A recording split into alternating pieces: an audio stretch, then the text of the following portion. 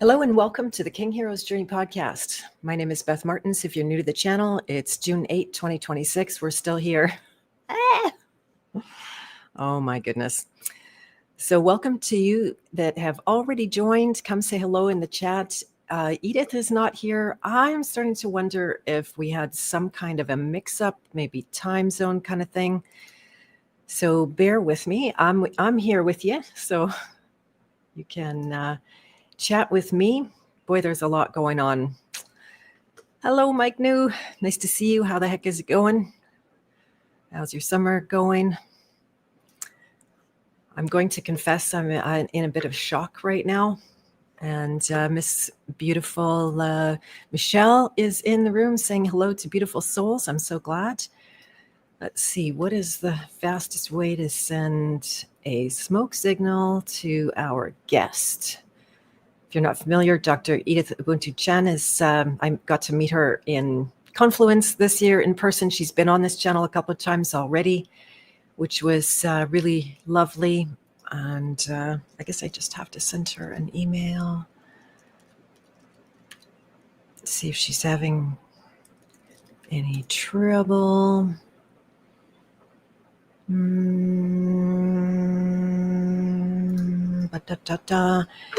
And I'll just say hello, we're on now, so forgive me. Grab a link, bear with me. I was multitasking with some shock in the mix. Hi, Edith, we're on now. Oh, and there she is. Okay, good, that helped. All righty. Hello, Edith, welcome. I can see you in the back room there, backstage. And if you want to just give me a thumbs up when you're ready to come on. Can you hear me? Looks like she might not be. Can you guys hear me? I'm assuming you can hear me and the mic is better. I managed to get it hooked up again. For those of you that know, my mic was failing last time. And there's Edith, and she can't hear anything, unfortunately. Okay, so I'm going to say, can you jump off and on again? That might fix it. Alrighty. And sound is excellent. Good, good, and good. Thank you for that feedback. Much appreciated. And yeah, so she's going to jump off and on again. That's good. Nice. So I will just preview a little bit for the Beth of Fresh Air coming up this week. I have received an advance copy of a book written by a woman that I shared a cult with back in my India days. I think you guys have heard me talk about it a little bit. It's come up here and there. Sometimes I'll even quote that guy. And so I'm going to go deep into that on the Beth of Fresh Air this Friday. And Dr. Edith is back in the backstage. Can you hear me now? Can you hear me? No? That's so weird. Everybody else, okay. The chat says they can hear me. Can you check your settings in StreamYard? It's the gear button at the bottom of the screen. All right, so while Edith is figuring out her this and that, so I got an advance copy of this book about what was going on there. And, I left that cult when I was really sick with the stage 4 lymphoma. I wouldn't have left at that point, but it was exactly the time when the news came out about the abuse that had been taking place in that world. And it's a shocker. Anyway. Hello, Edith. Can you hear me now? Can you hear me? It's not looking like it. Oh, woo is a yes. Okay, thumbs up. Excellent. All right. So without further ado, I will bring Edith on. Hello and welcome, Edith. Hello. Oh, and I can hear you too. With you. Nice to be with you too. Yeah. Yeah, I don't know what that glitch can be. There's always a glitch of some kind, but I'm glad you're here. Nice to see you. Nice to have you here. Yeah, thank You, you. We you got the whole green nature vibe going, both of us. I love it. yeah, it looks like you're outside. Whereabouts are you located? I'm in Novato, California, like half an hour north of San Francisco. North of San Francisco. Okay, yeah, I might be going through San Francisco in August to see Joel Schaefer for his workshop. I'm gonna go there too. Are you really? Wow, to No hang kidding. out with trees and listen to them and talk with them. Amazing. Yeah. Right, right, right. Yes.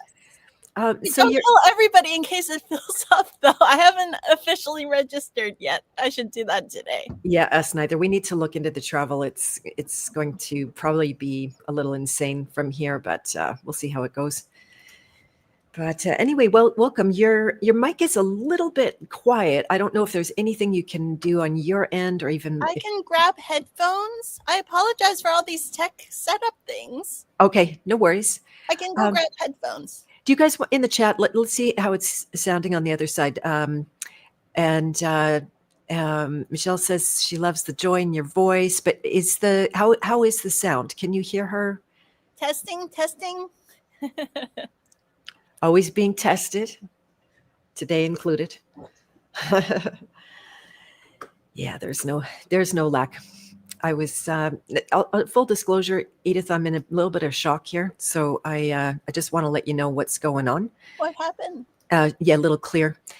Well, nothing actually happened to me. I am going to go into detail about it on my Beth of Fresh Air show this Friday.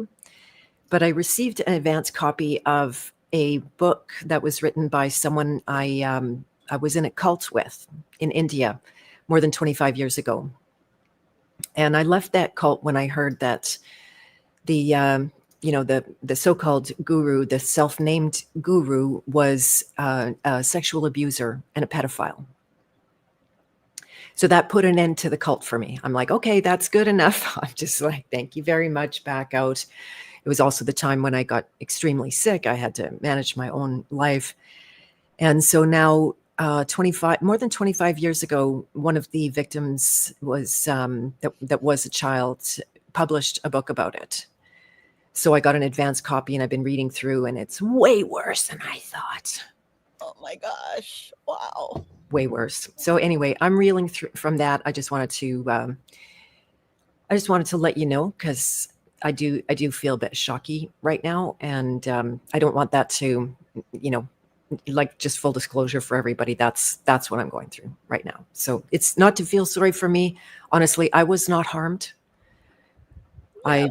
I really felt last night that I have some serious protection despite my best efforts. I really tried to be closer to that psychopath.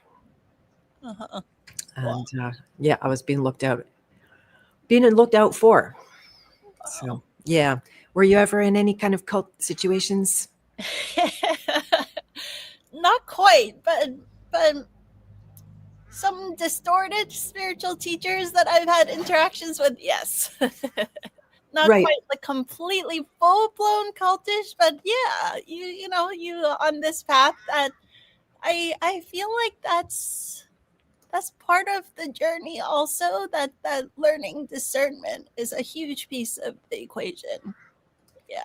Yeah, exactly. And that's the whole subject that I want to talk about today, is that you've gone into some pretty amazing, remarkable experiences, not just based on what you're saying about them, but I've now heard many people around you. And I was at Confluence. I was at one of your, if you could call it, talks or demonstrations, and hearing the testimonials of a few different people. And it is remarkable. And I know that most people, like, this kind of thing is very polarizing. And what it will do is have people either go into, say, a belief system of some kind, saying like, oh, that, miracles, or all of that kind of thing. And then the polar other side of it being disbelief, right? And the pendulum of belief and non-belief that are actually the same. Yes, thank you for saying that. Oh my gosh, we're telepathic right now. Yes, thank you. Please keep going. Yeah, and so this is the danger, and it doesn't matter which side of that pendulum that you find yourself on. What you lack is access to reality, right? So whether I held up that guru like a Santa Claus and the savior and the realized being that was there for all of us, or I pendulum swing into demonizing him and calling him out and being angry at him and, you know, um, claiming my own victimhood or whatever kind of thing. These are both very false places. So it comes back to what you're talking about, that actual discernment, actual reality. And this is the part that I think, if I could be on a soapbox for a minute here, this is the part that the spiritual communities lack, right? Everyone wants to get high. Everyone wants to be happy forever. Everyone wants to have everything that they want and go through life unscathed or getting the things that they want. And sometimes it's a very rude awakening that will bring you more into reality and less out of the belief systems. So I'm getting a big dose of reality right now. And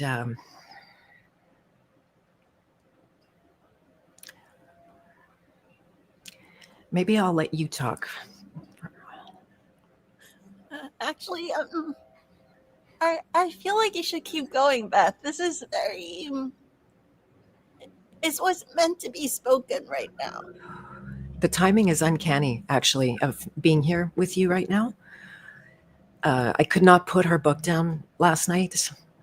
I tried so many times to just walk away from it, but there's something that I don't know if there's more to say about it. It's the I've been into the work of Gurdjieff lately. Are you familiar with Yes. him at all? I had Micah Ellers came through my door some months ago to work with me.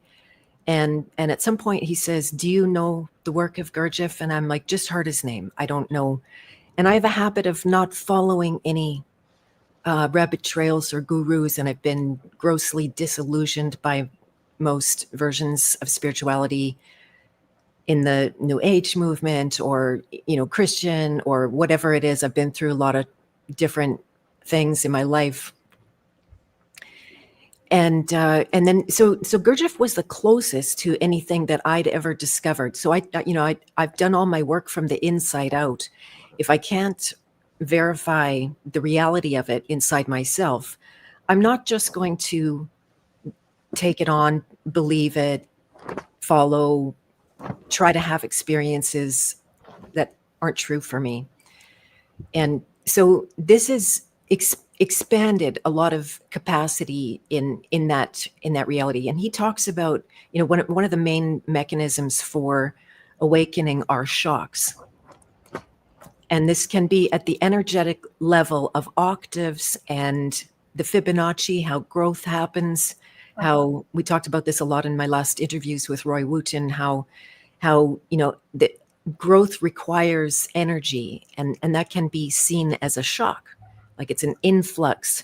It doesn't necessarily have to be a bad experience or a good experience, but so these shocks can be used. The normal way that the shock would be registered would be, okay, something wrong is happening.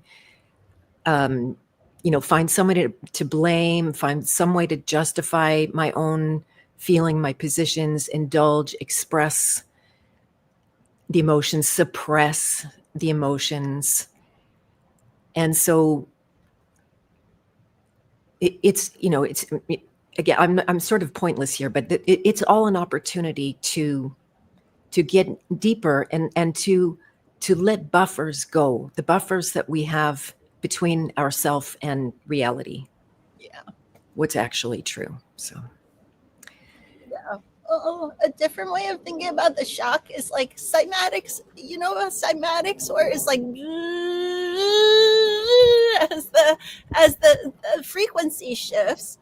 It's not like it looks shocking. It's one geometry and then it becomes another, right? So it's just about our perspectives. We can call it a shock, or we can call it a frequency change, or we can say that we've just outgrown what we could learn in that one permutation and it was time for a different permutation. Right. Yeah. So that would help people say that we're looking in from the outside and they were scared of doing any inner work. And then they would hear the word shock and go, oh no, I don't want any shocks. Maybe had enough shocks in my life already. And imbuing it with an inherently negative. But this is growth. This is how growth actually happens. That's right down to that energetic level. So then like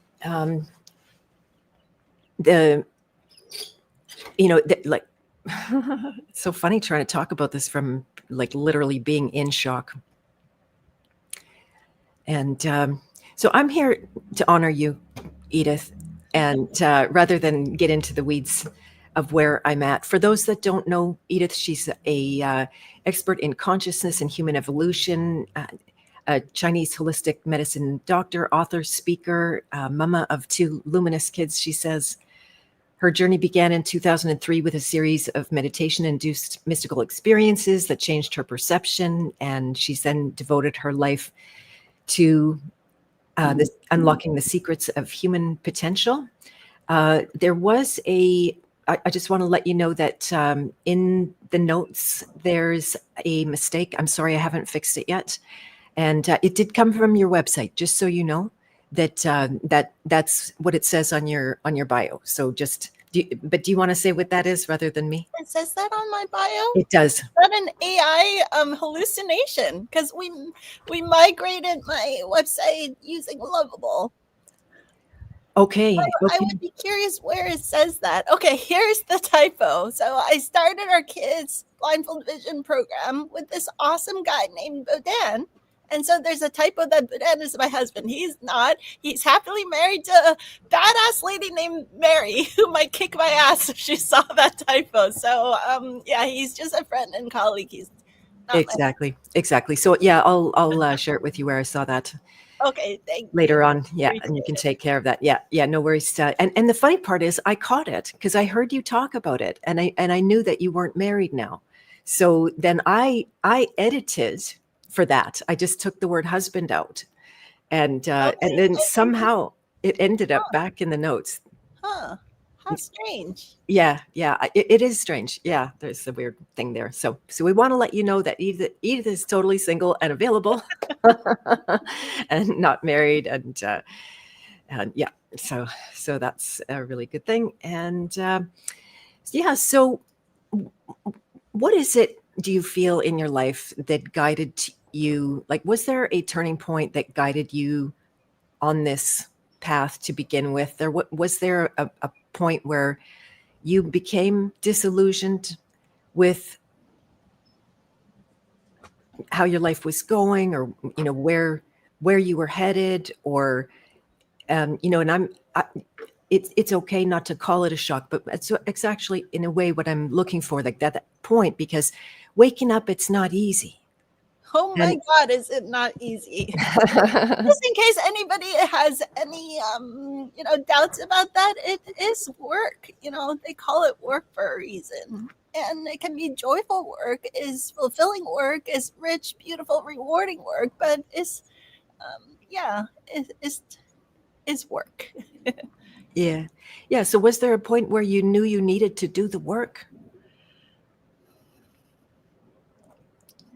I would say that mystical experience in 2003 is really where it started. Have I shared that story with you, Beth? Feel free to share it again. I apologize if I don't remember. Okay, so in 2003, I was in Chinese medicine school and just practicing Qigong. And, are you a Qigong practitioner yourself, Beth? I've just done a tiny bit, but not a practitioner. Yeah, just. Okay, so Qigong is the concept is very simple. Just focusing your attention, your intention, your breathing, and your energy flow. And that's it. Like these 3 simple components. If you're attuning to your energy and attention, if you're breathing deeply, if you're guiding the chi to flow, and also positioning your body in certain postures or movements or mudras to assist in that energy flow, that's called qigong. So you can do qigong anywhere, anytime, like washing dishes or folding laundry or running your business could be a qigong practice, right? So I love that in Chinese medicine, it's actually a required part of our training to practice qigong. So I loved it so much that outside of school, I kept studying with the same Qigong teacher. She had some advanced classes, and I was taking this class with her outside of school. Just enjoying myself, taking some deep breath, meditating. For some reason, this particular day, I was practicing her guided visualization and deep breathing, and it had something to do with the connection of the heart and the third eye. Anyway, I dropped deeper and deeper and deeper and deeper on this specific day. At a certain moment, it went so deep that the whole thing exploded. All of a sudden, it's trillions of pieces of love and light. I'm experiencing myself the size of the whole cosmos. And it was early in my journey. You know, I was curious about Chinese medicine, but I hadn't read all these metaphysical books. I hadn't studied very deeply. I had never heard of such an experience before. But somehow I knew that I went to a truer reality than this one. It felt like, wow, I'm home. I've returned to our natural state. And it was so beautiful, so peaceful, so loving. To this day, it's like every time I start articulating it, I feel the energy of it. And at the same time, all the words feel like not quite right. They still feel not quite right to articulate what was going on. But one really big piece of what happened was the teacher had recommended that in this meditative state, we could get some clarity. We could ask a question. So I had brought a question into this meditation. And as I held that question, I dropped deeper and deeper and deeper. And then the whole thing went, it was like the answer to my question was answered in a holistic 360-degree spherically omniscient experiential way. It wasn't like cognitive at all. Mm-hmm. It was an experiential answer, but it wasn't one experience. It was all experiences wrapped up into that moment. Wow. It was such an intensely beautiful experience to be in that state. And also this recognition that any question I bring to this state could be answered in this holistic 360-degree omniscient way. So it was like questions started to feel kind of absurd. And there's no more lack. It's just contentment. Wow. So there's no time, no space. It was like simultaneously super short and complete eternity at the same time. Wow. Amazing. So eventually, in this state, there was this voice that was like, la, la, la. I could like hear a faraway voice. It's like, what is that voice? Oh, there's a Qigong teacher teaching a class in San Francisco. And there's a young lady who's a Chinese medicine student, and her name is Edith Chan, and she's sitting in a classroom in San Francisco. Maybe it should go back to that it. And so it was like, trying to densify this vastness, densify it and squeeze it and squeeze it and squeeze it and land it back into the physical. So I had this, it felt completely absurd to pretend back into this density again. And yeah, that was a shock. Talk about a shock. I was in shock when that happened. was in shock at like how do I reconcile that I just experience who I truly am, and am I also this? What is this? This place seems so dense and so backwards and upside down now. Right. That this versus this was like, but that's the true reality. I know this now. How do I reconcile the two?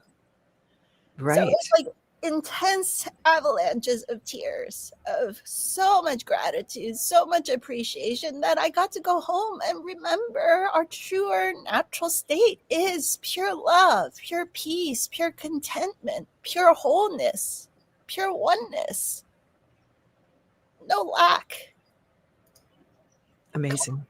Complete contentment. That's our true natural state. And then here, everything is so separate. Why is there war? So much suffering, so much divisiveness, so much density, so much conflict. All of this stuff here just doesn't seem congruent. So that experience, I would say, recalibrated my inner compass, so that my whole path ever since then is like, how do I, little by little, every single day, breath by breath, because as a mom running a couple businesses and so many things changing in the world, it's a lot to handle, to hold that state of being as my consistent inner state while dealing with crying babies, sleepless nights. I actually have to move houses in a couple of weeks, and like so many things going on, and yeah, the world doing what it is, old systems collapsing, and many of us building new parallel structures right now. There's so much going on. How do I hold this inner state while navigating all these, seemingly mundane everyday life stuff? That's been my path ever since. Wow. Amazing story. That's beautiful. And I was curious, was it an out of body experience, one of those classic where you literally left your flesh and bones and floated over your body? Or I've had some of those experiences in my dream time where I leave my body and go traveling. This was a different experience. It was like it happened to me. It wasn't really that conscious. It was like one moment I experienced myself as this singular entity, and then the next moment I was just, I would say, one with pure source. It happened just like instantaneously. right. So would you say it's nothing that you did? It was just like an occurrence? Or do you feel like there was something felt like it happened to me, Mhm. or for me, but not directed by me? It was just like, Got it. It was Yeah. the answer to the question that I had brought into inquiry. It wanted to be answered in this way. And Can you so share there the was like question? no doubt of, Yeah. Can you share the question? I've never shared the question before. Nobody's ever asked me that. Thank you for asking. I've been on hundreds of interviews telling this story and nobody's ever asked. Thank you. The question was, we had been practicing Qigong healing, and there was some conversations about how the Qigong practitioner, if you're doing energy healing with someone, you want to be cautious of your energy state being strong and stable so that you can work with your clients and not quote unquote pick up their sick chi. So there was a conversation about making sure your energy field is strong, of high integrity and stable, and then you can work with sick clients. But if you're yourself wobbly, be cautious not to then mix energies with sickly clients if you're working with them. So I had just volunteered to do body work and energy healings right after big level 2 examinations in Chinese medicine school, which is like it's like the preparation for board exams, basically. It was like gonna be so stressful and so many, like intense weeks of study. Right after that, I thought, oh, it's gonna be the holiday season. I should volunteer with this. There's a beautiful organization that throws a big party for for these cancer patients that are low income, that are struggling, don't have a lot of support, don't have a lot of community. And there was a bunch of massage therapists, body workers, energy healers that had volunteered to give sessions at this party. And I was one of them. And Nice. many of these are, stage 4 type of clients that have quite severe illnesses. I thought, what a wonderful thing to do for the holidays. I want to do that. So I had already committed to it.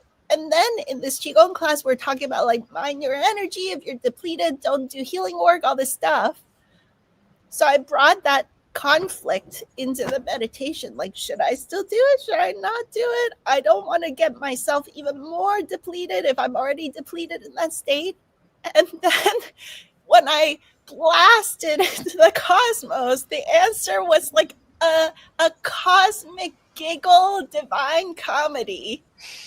Because it was like big belly, roaring belly laughter. Like, where is the sick chi now? Are you worried about sick chi now? Like in the state of pure contentment, so much peace, so much love, so much wholeness, one with the cosmos in this state. Are you worried about sick chi? And I was like, ha ha ha, very funny. And Nice. so, yeah, I volunteered and it was great. It was no problem. Nice. I love that. It's a really good subject in the healing and spiritual worlds because, and I'd be very curious to hear how you would sort this out. There's say part of the spectrum where it's literally codependency. Say people call themselves empaths. Oh, I went in the room and somebody's sick energy made me sick, and now I have to go away and deal with their sick energy. And a lot of that is lacking for boundaries, Mm-hmm. and an inability to own their own inner experiences, because but it doesn't mean that it doesn't mean that things don't affect you. They do. That would be complete denial to,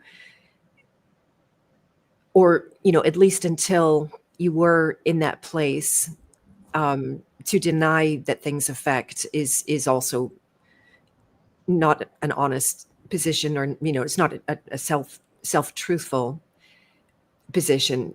And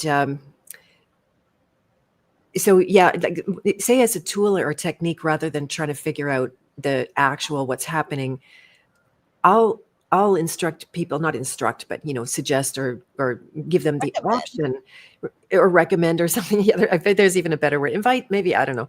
That Inspire, evoke in someone. Yeah, that say you walk in the room and you get triggered for some reason, or someone says something and you think you're picking up their behavior, their stuff. I'll say, treat it. It's all your own. That no matter what you're experiencing, it's yours. It's in you. And then with that working paradigm, not a description necessarily of reality, but with that working paradigm, they can actually do something about it. But as long as you feel like it's always the other person, that now you're wearing their energy and you had to go and detox their sickness from yourself, that's not a workable paradigm, or not nearly as empowered as just, and it points back to the wholeness that you're talking about, that if that is the reality and that's my experience as well, then it's like, where is the yours and mine? But then that gets crazy in the world of codependency, and Yes. people don't know who they are. Yes, thank to you. speak like that. Thank you. Yeah. Are you a fan of David Hawkins' map of consciousness? Oh yeah, interesting. Are you familiar? I'll ask you another question. Are you familiar with Lester Levinson? No, I'm not actually. So David and Lester were contemporaries, and they both discovered like in Lester's world, he called it the scale of action. I just call it the scale of emotion, for lack of a better way. Okay. So that it actually describes it. And then David Hawkins' version, I'm familiar with, very close to Lester's, not identical, but very, very close. And so Does it's he a also have thing. three tiers? Like is a big scale, but there's like tipping points at different places. Yeah, the shocks, right? Where there's, Okay. yes, it's the same with my archetypes. It's the same that there's some of the archetypes sort of slide into the others.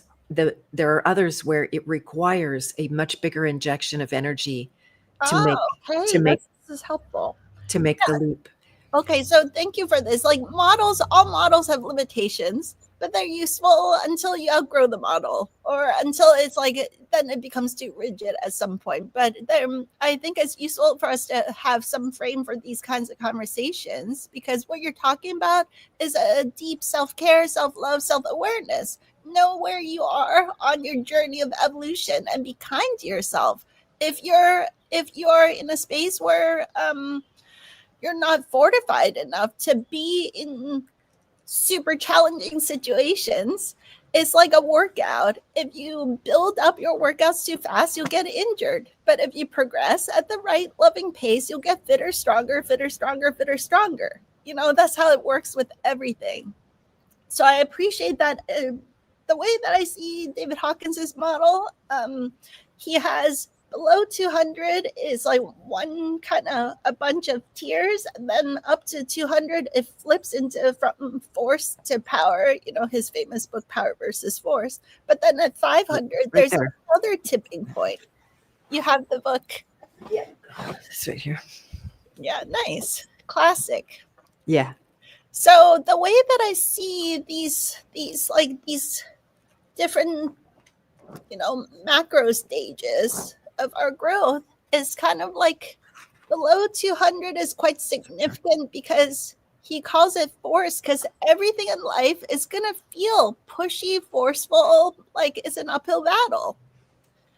But once you get past 200, there's a tipping point where life starts to work with you and for you, and because you start to take command of your life, like take personal responsibility for your path. So some people might say it's like the victim mindset of life is happening to me versus, I trust that life is happening for me. What can I learn from this? How can I turn this into a strengthening experience, a clarifying experience, an empowering experience instead of a weakening experience, right? So you stop being a victim. You start taking stock of your life like, oh, where do I have responsibility to take? How can I make wiser choices in this life? That's a wonderful place to be. And then at some point, you learn at each stage of development, and then you come to a place where you've learned what you can learn from those stages, and you expand yourself to surrender yourself for life to happen through you. And that's kind of what happened in my experience, is that I blasted off into this state where it was just so much power, so much potency, that a lot of those previous worries just like vanished and became instantly obsoleted. But once I came back, because this was in 2003, I hadn't built up I guess, my like 3D personality self to scaffold and hold that state consistently. So it took me decades to get to the point, and I'm still working on it, But I would say like there was 2 or 3 years of intense dark night of the soul after that I experienced, where it's just like I was just questioning everything, and I started going into all these rabbit holes. Like, why is this place? I feel this place so backwards and upside down. Does anybody else see that something is like really awry in how we do things around here? What is? And then I started going into like how does the medical system work, the education system work, all the systems, they say like military industrial complex, but it's like military industrial medical educational blah, blah, blah, blah complex. I went into all these rabbit holes, and then once I satisfied my curiosity, at some point those stopped being interesting to me. It was like, okay, so what am I going to do about any of this? Does does rebelling or trying to fight the system help? And I just found myself feeling depleted in some of those circles and conversations. I didn't find it inspiring or energizing. And because of that experience in 2003 and subsequent other experiences too, it kept calibrating my inner compass to feel experientially what feels closer to truth, what feels further from truth. Energy spent on quote unquote fighting the man, it always ended up feeling depleting for me, versus conversations where we grow and learn and evolve and strengthen ourselves and tap into building beautiful solutions affecting our own families, our own communities, getting together like an event like Confluence where we have really super good vibes and we celebrate, we learn, we build, we focus on building a more beautiful civilization for the future. Like that feels energizing to me. So yeah, I've been following that inner compass, and that led to all kinds of really epic next level things that just keep showing up in my life. That's beautiful. Yeah, it's I definitely share that there's plenty of things to look at that are upside down, and there is a certain maybe stage in growth where you need to see, oh, everything's upside down, but there are many layers of that, because I'm still going through it every day, not going down the say truther rabbit holes of red pill, blue pill kind of, like it's so I see through the propaganda of it now, how manufactured it is, how pushed, like the bad drugs on our street. It's the same kind of, because people actually did a podcast on Friday, my Beth of Fresh Air show, on story, and talked about how it's like a primary nutrient for us. We can't not have it. And so there, but it's like, are you going to go for the poison, nutrientless calories that leave you depleted and with less than nothing? Or are you going to actually feed on something that, like you said, you could grow with, that would nourish you, that you would grow on? So that was a very long way to say I agree with what you're talking about there. And yeah, that, something's wrong here. Gurdjieff actually says we are in this realm, we are as far away from the divine as you could be without losing complete access. So that's literally, you can't sugarcoat what the world is going through, how it's progressing. There's no way to look past that. When my friend came forward first, her and another young child that were victims, but they had grown into adults, and they came forward in this cult with our story. And the first thing that happens is people say, oh, they're drug addicts. Oh, they, it's because something was wrong with them and it was their fault. And then others would say, oh, well, it was meant to be, that they would go through these horrendous experiences and then they would grow from that. And this is all the will of the divine and all of this kind of thing. Like just, again, missing reality somewhere along those lines in that overlay. And then so all of that is there. It can't be just swept under the rug, or to just say, oh, it's all love and light. It's all love and light, because you've seen that. You know that there is a much greater reality that is not in this hell of the earth. I'm not trying to make you sad or anything. I am. No, well, yeah, I do like want to sob at this. It's yeah, I just feel so much love and compassion for anyone that has been through these kinds of challenges, and the fucked up gaslighting that they must have to go through on their healing journey that is not love. Yeah. love doesn't do that. Love does not gaslight people. Love can hold the pain and suffering and not run away from it. Love can just hold the space for the healing to happen. That's what love does. It does not gaslight. I just want to make that very clear. Yeah, that's exactly, well said. You summed it right up.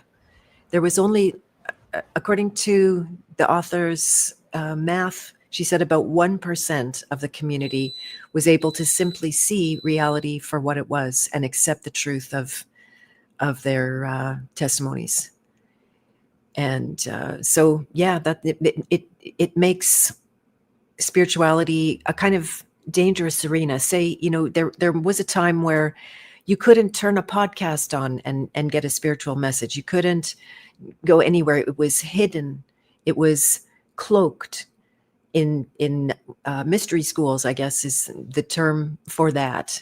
Knowing that, Gurdjieff wrote his 1,300-page book called All in Everything, and it's in code. Right? He can't come out and just say the things because we're in a world that doesn't want that that feels that to be an antagonistic, and it is antagonistic to the lies and the sleep of humanity. That's not their fault exactly, but I'm sorry, I don't know where I'm going, but something's wrong here, and that's the truth of it. And the more able people are to not whitewash over that, not try to sugarcoat it, not try to spiritualize, oh, it's meant to be, then the faster you can get to the real work of healing and knowing who you are and having those breakthroughs. The meant to be part is at a different level of the equation. That's the thing, right? It's getting distorted and misunderstood and misused, and that's the part that is that I think we're ready to outgrow from that kind of paradigm. That's a very immature understanding of the quote love and light. Well said as well. That's often the case where spiritual truths, they do hold some truth. There's something there. We sat in front of this guru and listened, and I think I may never quote him again, but there were still things I would quote because I could find them true and I could relate them to my life and others. But it's really the motive, right? If the person's saying, oh, it's meant to be, are they saying that so they don't themselves even have to vicariously suffer? That's the way that you could watch children being abused and then come with a meant to be, and then you can just be in the love and the light and not have to feel the pain. And that's the part that is so easy to separate out from our experiences and say, that's not me, that's not included. That's true. It is true, but it's not, it doesn't work, right? It becomes a matter of suppression and pushing away and oh, that's not reality, that's not reality. And then the possibility to include it and still have your heart open and still feel. Right. So the phrase, and this is not popular, Edith, at all, is conscious suffering. Right. What's coming up for me is I appreciate honesty and authenticity. And it would be more honest to say, my heart feels for this person and their situation, and at this moment I'm not resourced enough to be fully compassionate for them. Exactly. I trust that there's a higher intelligence at play that I don't fully understand, and it's not my place to engage with this topic. That's honest. Versus, love and light, so like I am not I don't know that it's my business to engage with this, and I also don't feel quite resourced to engage with it. And so I wish them all the best. And you don't have to engage with it if it's not your topic to be engaged with. Yeah. Right? That's healthy boundaries, and that's honest. Yeah, exactly. Rather than making excuses or trying to turn it into some kind of belief system or anything that keeps those buffers in place. So it's strangely suffering is compounded by the unwillingness to suffer. Yeah.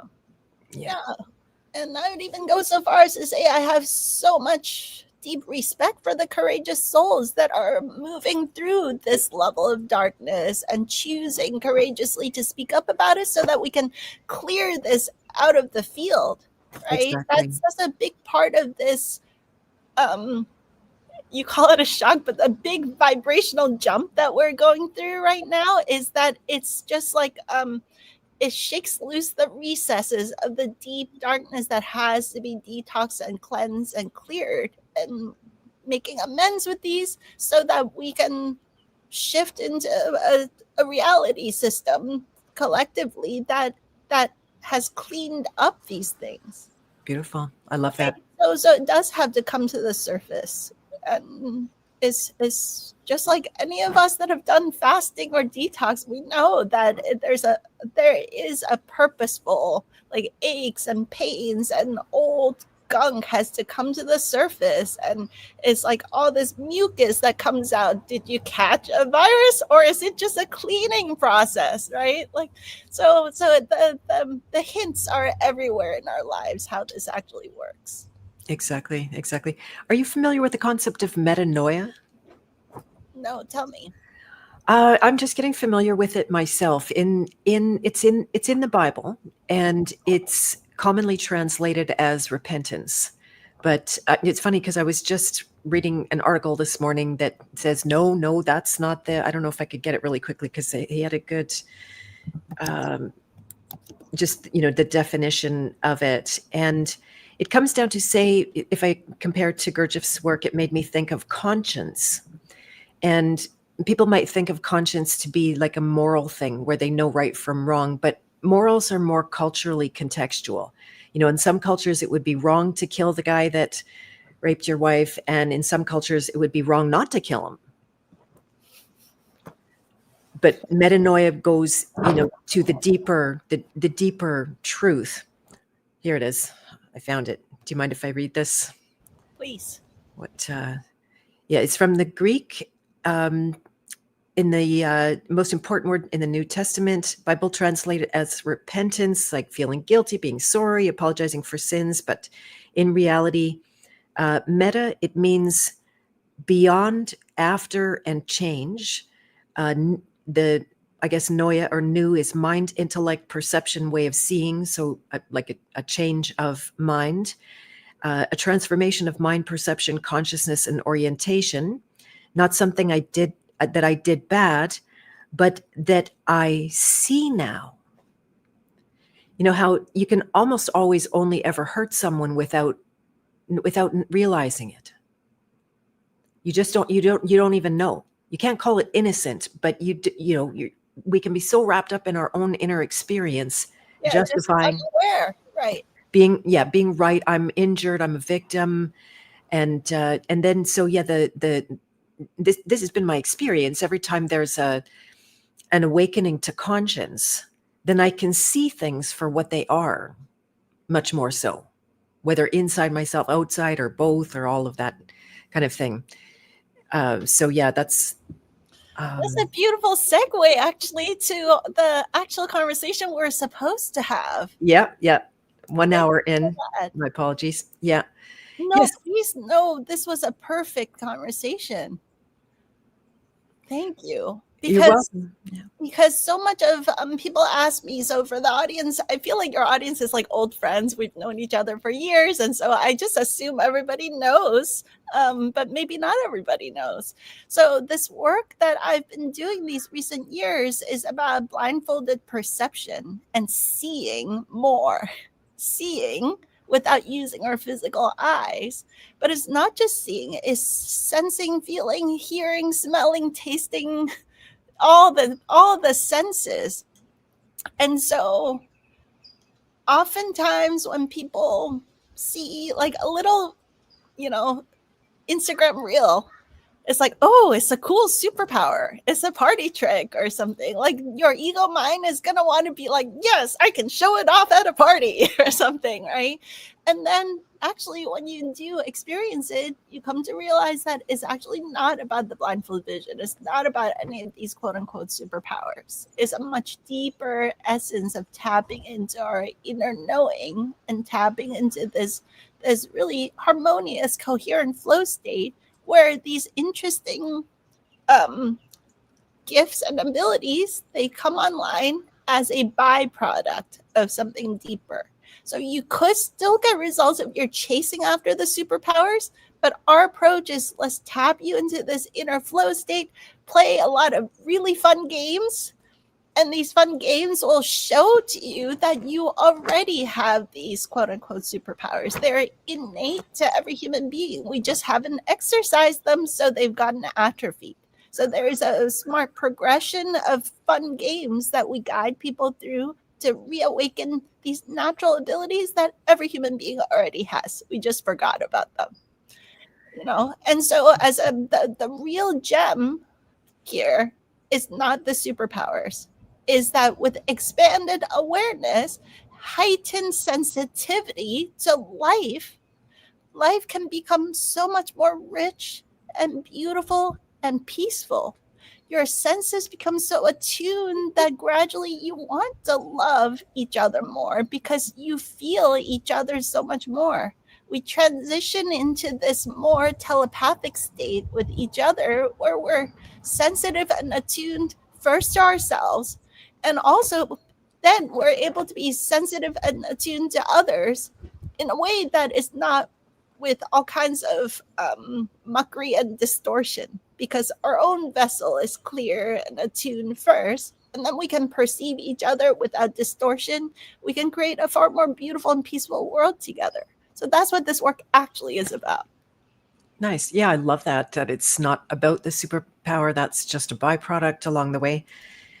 One of the works that I studied when I was in India, Patanjali Yoga Sutras, has an entire pod dedicated. Are you familiar with Patanjali? Yes. Okay. So you know about the what is the I'm not going to get the word off the top of my head, but there's an entire out of the 4 pods. There's one dedicated to all of the powers. To all the cities.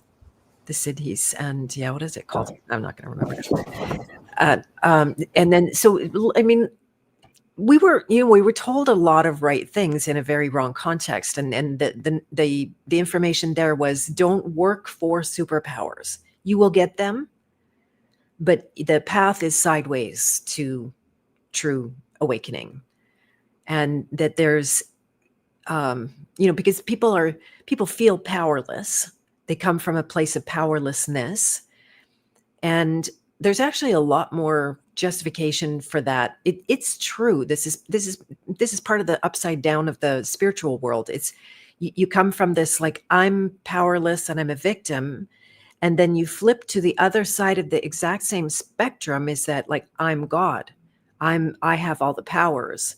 In a kind of megalomania, I create reality, right? That's extremely common. It's very, again, unpopular to talk about. No, you don't create your reality. Yes, of course, there are parts that, every choice matters. Every thought matters. It's not that it's not effectual, but it's seeing that it's, both of those positions, that highly empowered, highly disempowered, are not actual, real. So I'm really grateful that you see that that the deeper powers of like you said, heightened sensitivity, which will make you see much greater, immense, beauty and the gifts and the amazing things about life and life itself. And it will also terrify you, right? Because the vision is not, it doesn't like you said at the very beginning, it discerns. It knows the difference, right? It can now, you can't give it poison and tell them that's a nutrient. It's like, no, that's poison. And people know when they detox more and more and more, their bodies will recognize poisons much more easily. And so I'm interested in how you, like, where do you say you could snap your finger and have humanity be where it maybe could be in potential? What would that be? What would that look like for you? I'm cautious with a question like that because I'm at a place on my journey where I appreciate the value of the darkness and the density that each and every soul came here to move through, because it's an alchemical process that has its own perfect wisdom and intelligence at play that little Edith has no business in mucking with. You know, it's the paradox of, I have a vision of where I and people that resonate with my vision, I'd like to co-create a beautiful set of possibilities, and I'm aware very clearly that the work I do is truly not for everybody. I don't want to one size fits all it, because I am aware that there's so much wisdom and intelligence at play with all the different. I think in general, we come here to learn through contrast and to go through different initiations, and it's really ultimately very strengthening for our souls to go through some of the trials and tribulations and initiations that we have to go through here. And at the same time, on my own journey, I've gone through some stages where I'm like, oh, the old me would have loved these, and then now I've outgrown it, and now the reality I want to be creating together with my like spirited friends is let's tap into our expansive human possibilities together in a loving, joyful, playful state, that there is conscious and necessary suffering, and then beware where we take that suffering unnecessarily and we make life unnecessarily hard for ourselves. So that's what we do in our workshops, is like, a lot of us adults, we don't remember how to have fun and play anymore. So we play the whole time, and we play all these games, and it's like, oh my goodness, I can bend a spoon, I can stick things on the wall, I can magnetize metal, I can see blindfolded, I can hear blindfolded from a distance. We activate all these innate dormant abilities, and we play and grow and discover that, oh, we're actually wizards. We don't need to pretend to be muggles anymore. You know? And we do it in a really fun, joyful, playful way. And at the end of the workshop, many of our adults say, like, wow, I've been doing all this like personal growth work, spiritual growth work, inner child healing work. And boom, in these few short days, it was like decades of therapy that happened in a few short days, like tapping into a deep inner child healing, because we don't talk about philosophy. We just do the stuff. So it's like an instant embodiment of a super coherent flow state, and the bursting forth of so much joy and delight from your heart, that so many things just kind of click into place in your life, where it's like, wow, all of these superpowers I thought I'd have to train for months or years, but in a few short days, I can actually tap into this deeper essence of who I am in such a beautiful, joyful way. And as a byproduct, all these things, it's like it all just happened kind of spontaneously and naturally. And after the workshop, many of our students, they may or may not, like they'll pick maybe one or two things that we introduce them to and just keep playing with it and keep progressing and progressing further and further. But whether or not you practice the practices, the real gift is like, there's an inner state that you learn to attune to. What does it look like and feel like to be in this really balanced, coherent flow state within yourself? And so how can you bring this essence into all the aspects of your life? Whether it's running your business, talking to your family members, dealing with conflict resolution in your neighborhood, or practicing your blindfold vision to progress it further and further, practicing sticking stuff on the wall or telekinesis or whatever. You can apply this inner state to whatever you feel inspired to apply it to. And that's the real gift. Amazing. And so, since it's not for everyone, who is it for? How would you describe that person? Is for people that have this inner call to know that we're so much more beautiful, potent, powerful than we've been programmed to believe.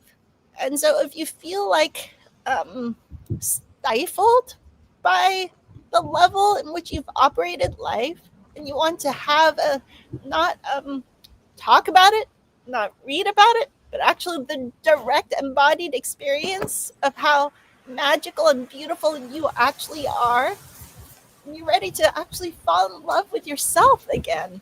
Wow. In this state of joy and playfulness and delight, so many magical fun things can transpire. Like, what else is possible? If this inquiry calls to you, I say this kind of work is for you. And Nice. of course, our kids program, a lot of the moms and dads are like looking at their kids. Kids are so magical, but how can I hone their intuitive gifts and abilities and actually turn this kind of dormant potential into something that they can work with in a skillful way? Those types of families are definitely well suited for the fun that we bring in our programs. Yeah, I really like that because you work directly with children and their whole families at the same time. So that's beautiful, just like to that theme of wholeness. Yeah, let me thank you for bringing that up. That is the big difference in how we approach it versus blindfold vision, mindsight, extraocular vision. There's multiple names for it.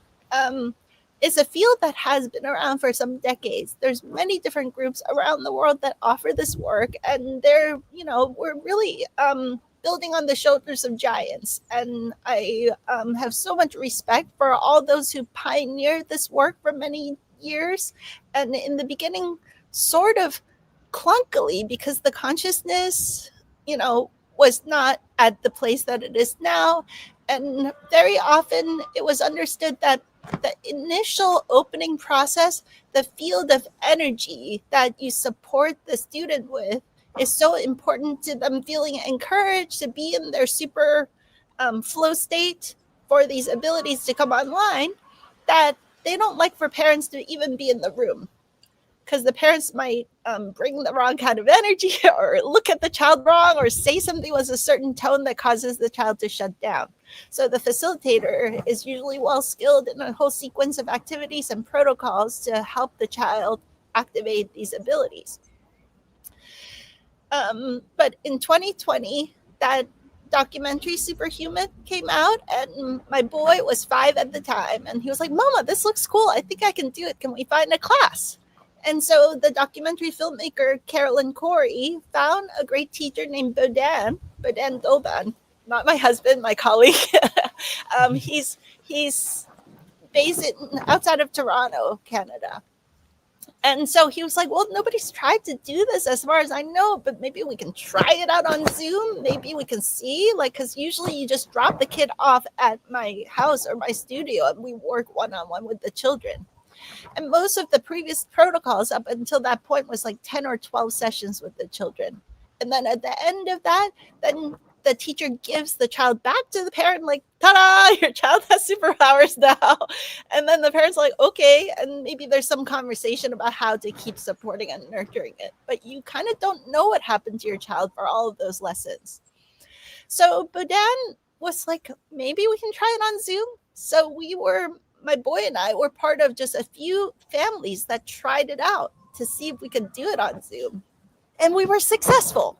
It was a little clunky. It was trial and error, but we were successful. And I was just blown away. Here's my 5-year-old reading completely blindfolded, So Bodan and I kept in touch.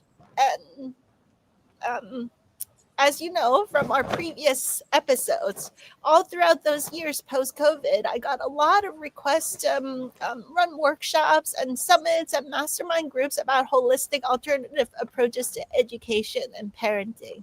And so now I have thousands of these really beautiful, conscious, attuned, and aware moms and dads that really are devoted to raising their children in the most aware and conscious way that they can, and really engage with them the process of doing things differently, creating a new paradigm of education and parenting, and embodying it and living it as a family, not just talking about it.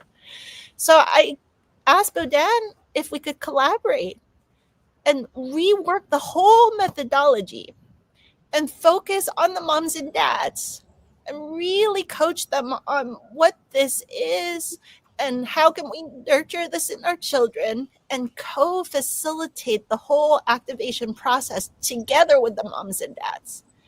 So nobody else had done this like this before. We created a 6-week program, and the first week and the 6 weeks is just focus on moms and dads. The core 4 weeks, we co-facilitate every step of the way with the moms and dads with 4 weekly lessons and then coaching support all throughout in between, recommended games they can play with the kids in between. And wow, we're getting even better results doing it like this, because the whole family's engaged now, and then the kids start teaching their siblings and their cousins, and the parents really understand deeply the true essence of what is going on here. So they become great ambassadors for this body of work and this new way of being a human.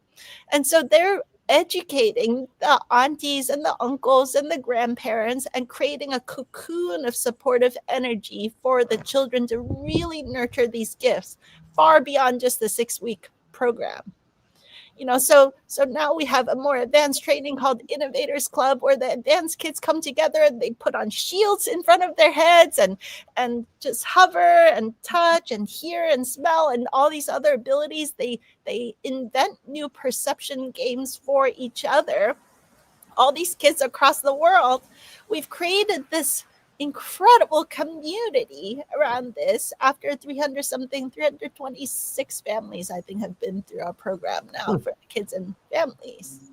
And the adult one started because so many moms and dads said, I put on the blindfold because my kids said, Mom, Dad, you can do it too. Put on the blindfold. Let me coach you. And then the moms and dads really want to deepen and stabilize their gifts and abilities so that as a whole family, they can engage with life in this fun, more expanded, more beautiful state together. So our adult retreats have just, like, by popular demand, I created this with Dahlia, who's the world-renowned trainer of blind adults. She works with people that don't even have eyeballs, right? Think about the implications of that, to be able to perceive without your eyeballs and find your keys and, move around spaces without needing a cane or any special devices outside of yourself because your inner technology has been awakened. So together we've been creating magic ever since. We're this weekend doing our 5th adult retreat so far, and we have at least 3 more later this year planned of adult retreats, where within just 3 short days, we've taken what used to take months, and more recently, most workshops are like 6 to 10 days. The adult trainings, we've really cleaned it up, refined it, so in 3 days, not only do you activate your blindfolded seeing abilities, but you'll learn blindfolded touch, hovering, hearing, smell, other senses. You'll have the experience of sticking things on the wall, magnetizing metal, telekinesis. There's a bunch of other fun stuff that we play with in these days. And you'll come out, most people come out of our workshops looking 20 years younger, like so much joy, and all kinds of interesting spontaneous healing things have happened. A bunch of people that needed glasses, they don't need glasses anymore. I mean, I know we're limited on time, but that's just kind of a quick encapsulation of the magic and fun that we've been up to lately. That's fantastic. Do you have 5 minutes more from my math? Or Yeah, my next call is in 15 minutes. I just need a little bio break before my next call. fair enough. Yeah. And so yeah, that was I had just two questions left, and one was about the effects over time, which you're you know you're maybe like in a decade you'll be able to look back and track things. But you said people look 20 years younger, they have more joy, they can have spontaneous healing. What else might change for them in their life from doing this work? Well, I don't have like, a totally controlled trial, but my boy was activated 6 years ago now. So I can say something about having seen, the implications of it in his upbringing. One of the things that is going to sound like a braggy mom moment, because I am really proud of my I kid. do it all the time. Yeah. Yes, so forgive me, you guys. You can cringe if you like, but I'm super Go proud mama. of my kid. Go mama. Yeah. So with the blindfold training, I noticed that he was young. He was 5.5, and he would just do like sometimes like a lot of what we do is we start by showing the kids colors, and we tell the kids, "Hey, kids, we're not worried about you getting correct or incorrect. Don't worry about that." And that's actually a lot of life, There's no incorrect around here. We're just playing games. If you get it correct, I'll let you know, and usually we go, yes, it is orange. Yes, it is green. And then kind of reinforce, like, okay, notice how that feels when you know that. So whatever you did, do it again. What color is this? Blue. Yes, it is blue. You got it. You're locked in. And then we go rapid fire, 20 in a row, and they get 100% correct. Once we hit that flow state, they're boom, boom, boom, 100% correct. It's like, okay, remember that feeling. And then if someone is second guessing or overthinking, or like, were you guessing on that one? It's like, well, that one is green, not orange. Did you see green by any chance? And it's like, oh, I saw green. And then I started thinking about it. And then I started thinking orange. It's like, okay, well, that's good. That's good. Notice that. So the goal of this kind of training is to learn what it feels like to guess or overthink, what it feels like to know. And that's the real skill that's being developed here. And what can you do with that skill once you have it, right? So maybe you do more blindfold vision. We start opening 360-degree perception. And at first, you're really good at perceiving in front. Now you learn to perceive behind your head or above your head or below or remote view into the next room. It's the same skill applied to a different arena, right? But you apply the skill to life. What does that do for you? Yeah. So my boy started applying this to his math. And I started realizing he was somehow randomly good at math when he was like 6.5, where it's always when he's moving his body, has to move his body a lot. And we were on a hiking trail, and he was like, Mama, I need a doubling machine. I'm like, why is that? And he's like, because one toy will be 2 toys, and 2 toys will be 4 toys, and 4 toys will be 8 toys. And he worked his way up to 128 toys very quickly. Wow.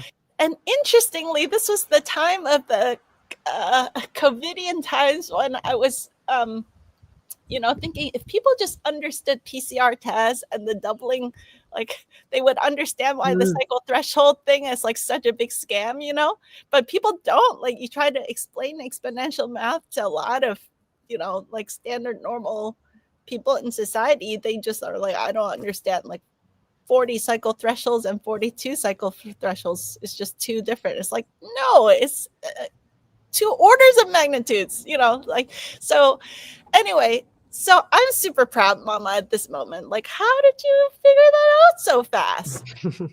And so we go on Khan Academy and just like click through some math, and very quickly in 2 weeks he was in kindergarten. He clicked through and did all of 1st grade, all of 2nd grade, and was ready for 3rd grade math in just 2 quick weeks.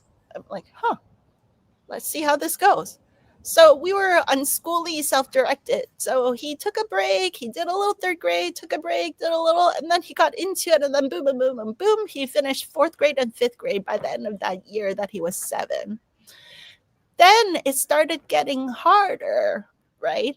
And so the year that he was 8, he was still squirmy. He would do all this like seemingly stimming stuff, or he would hang his body upside down while he's doing math. Like, good luck doing that while you're in public school, right? So he's doing it at home. And sometimes he could only do it if he sat on my lap and like co-regulated his nervous system with me. But then he could grab answers. And by the time he was doing 8th grade math, this was still the year he was 8. 8th grade math is pretty, like, for me, even as a grown adult, it's like some intense things happen in 8th grade math that requires a lot of cognitive power. Well, instead of thinking harder, he wanted to know. So he would take a deep breath and smile and roll his eyes up into the sky.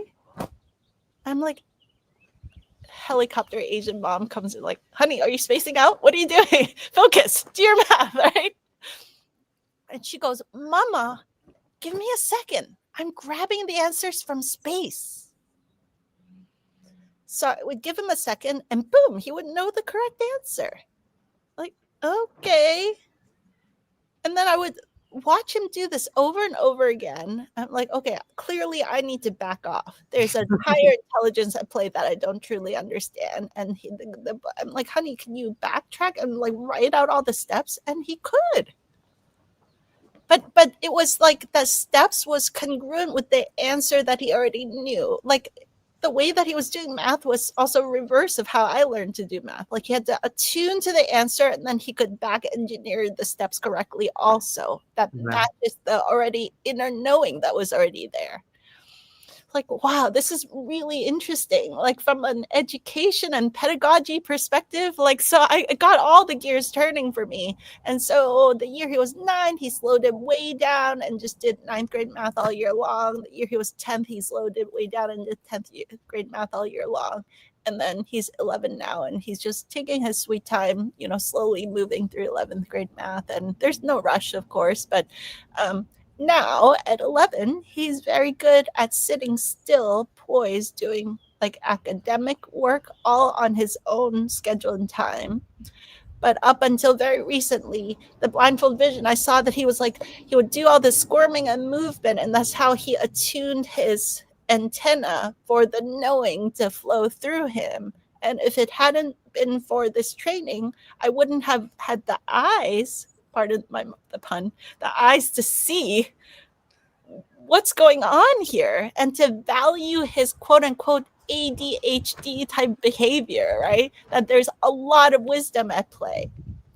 So some people say ADHD is like always dialed into higher dimensions or attention dialed into higher dimensions. If we can support these brilliant children by giving them the skill set to hone their abilities to attune their attention and intention to grab certain answers and knowingness to flow through them, and support them when we need to support them, back off and give them the space to attune their system the way they need to, you know, as appropriate. And that was a huge gift of this blindfold training. And many hundreds of families have been through our program, have all shared similar sentiments of the process of supporting their children was very enlightening to the whole family as to how can we create the environmental factors for the children to really tap into their gifts and geniuses for all of that to thrive. That's amazing, Edith. Wow. And so is this the correct link where people would take you up on that work? Here, give me a second. Yeah, blindfold.vision jumps you right to the section of my Dr. Edith Ubuntu website. Is that correct? That's good. Yeah, blindfold.vision will jump you to this part of the website. Exactly. Thank you. Okay, you're welcome. So I just dropped that in the chat and it's in the notes as well. So you can go and enjoy that. And I think I had one last question that you answered, and if not, maybe we can make another time. But would you say what you're describing is the process of activation, and what is activation actually? It reminds me of a shock, to tell you the truth. A joyful shock, though, because the moment it starts opening up for you and you start getting, we would consider activation the ability to get nearly 100% correct. Say 10 colors in a row or 20 colors in a row with one angle of perception, because there's a gradual progression and different kids are different in terms of opening up 360-degree perception. But there's one angle that starts getting really strong and open first, where we show them colors and shapes and they're able to see it. Or some children don't totally see it. It might look blurry, but they know it with close to 100% accuracy rate. Okay. Yeah. So it gets to a point where it's like statistically impossible if it was guessing, or very close to. I think, let's say you have like two colors or two shapes. I believe the math is like, if it's 50-50 chance that you get 20 iterations in a row correct, that's already a 1 in a million chance if you were guessing. So very quickly we get way past that level of accuracy with our kids. Nice. That's beautiful. Well, thank you so much, Dr. Edith. It was great to run into you, meet you in person, get a great big hug or Yeah. two. And my son was there. I could give you a great big hug now. Yeah, me too. Energies of today. I hope that this conversation was at least an energetic hug, given the circumstances. Absolutely. Yeah, totally was. Yeah. All right. Well, thank you so much. Best wishes for your work. And everyone can visit Dr. Edith's website, Blindfold-Vision, to sign up for workshops or get involved or have your family experience this directly. So thank you very much. Thanks for having me, Beth. You are very welcome. So much love to you. Yeah. Okay. Bye for now. Bye. All right, my dears, that was fun. So I'm going to play you out, and I hope you have a beautiful rest of your day. We'll see you back on Friday for the Beth of Fresh Air, and lots of love for now.